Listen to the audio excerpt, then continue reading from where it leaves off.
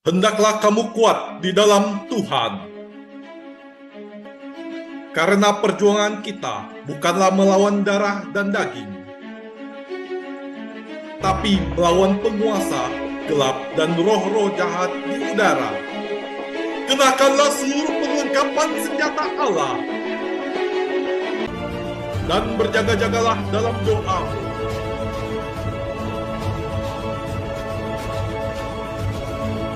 Legion of Jesus memberitakan kabar baik kepada semua orang. Shalom saudaraku, jumpa lagi dengan saya Fabian Seko dan channel Legion of Jesus memberitakan kabar baik bagi semua orang. Nah saudaraku, mengapa Maria disebut dengan penuh rahmat? Ini adalah bagian pertama, bagaimana saya akan membahasnya. Saudaraku, Gereja Katolik merayakan dalam liturgi Santa Perawan Maria yang dipersembahkan di Bait Allah pada tanggal 21 November. Santa Perawan Maria dilahirkan oleh kedua orang tuanya, yakni Santo Joakim dan juga Santa Ana, yang telah lanjut usia. Menurut sejumlah tulisan apokrif, Santa Perawan Maria dipersembahkan di Bait Allah saat ia berumur sekitar 3 tahun sebagai penggenapan nasar dari ibunya, yaitu Santa Ana, ketika ia memohon kepada Tuhan agar dikaruniai keturunan. Berada di Bait Allah sejak usia dini, Santa Perawan Maria telah dipersiapkan untuk membaktikan seluruh hidupnya kepada Allah dalam keheningan dan juga kesendirian.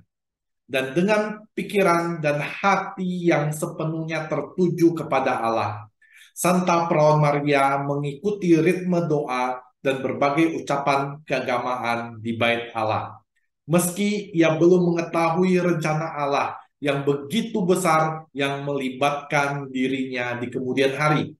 Namun, ia telah terbiasa membuka telinga dan juga hatinya terhadap suara-suara dari Tuhan.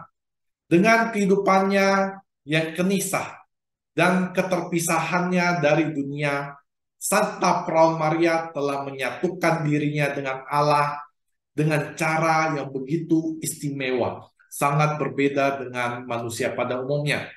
Sampai tiba saatnya, rencana keselamatan itu mulai disingkapkan di hadapannya ketika Allah mengutus malaikatnya untuk memberikan warta gembira. Salam penuh rahmat, Tuhan sertamu. Demikianlah salam yang diucapkan oleh malaikat Gabriel kepada Santa Perawan Maria di Nazaret. Malaikat itu kemudian menyampaikan janji Allah bahwa segala keturunan akan menyebutnya berbahagia.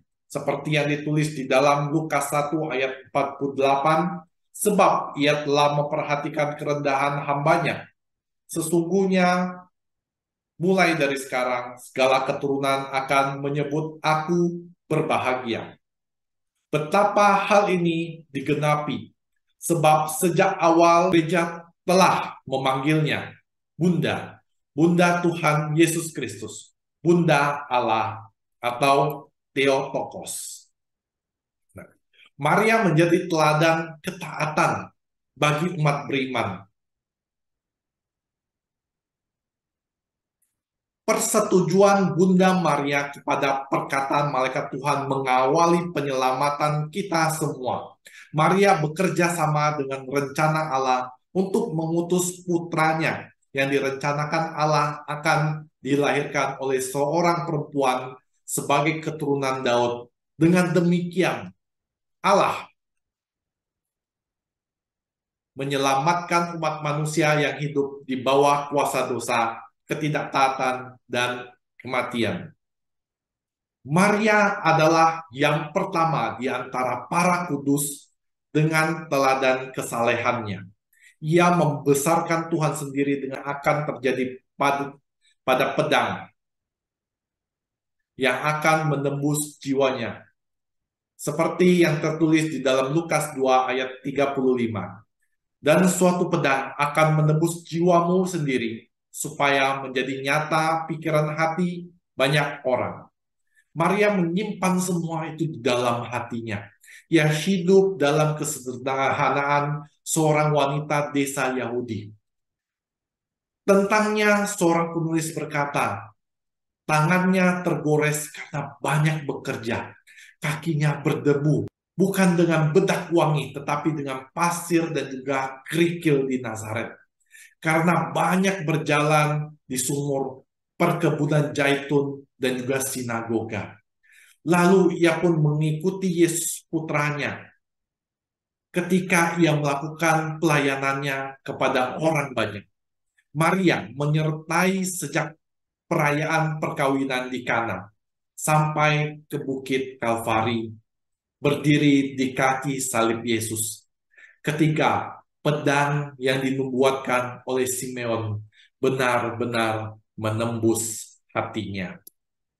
Nah, demikian saudaraku pembahasan tentang Bunda Maria. Ini adalah di bagian yang pertama. Terima kasih saudaraku, jika Anda merasa channel ini memberkati Anda boleh silakan subscribe, like, dan juga share agar channel ini tetap menjadi berkat bagi banyak orang.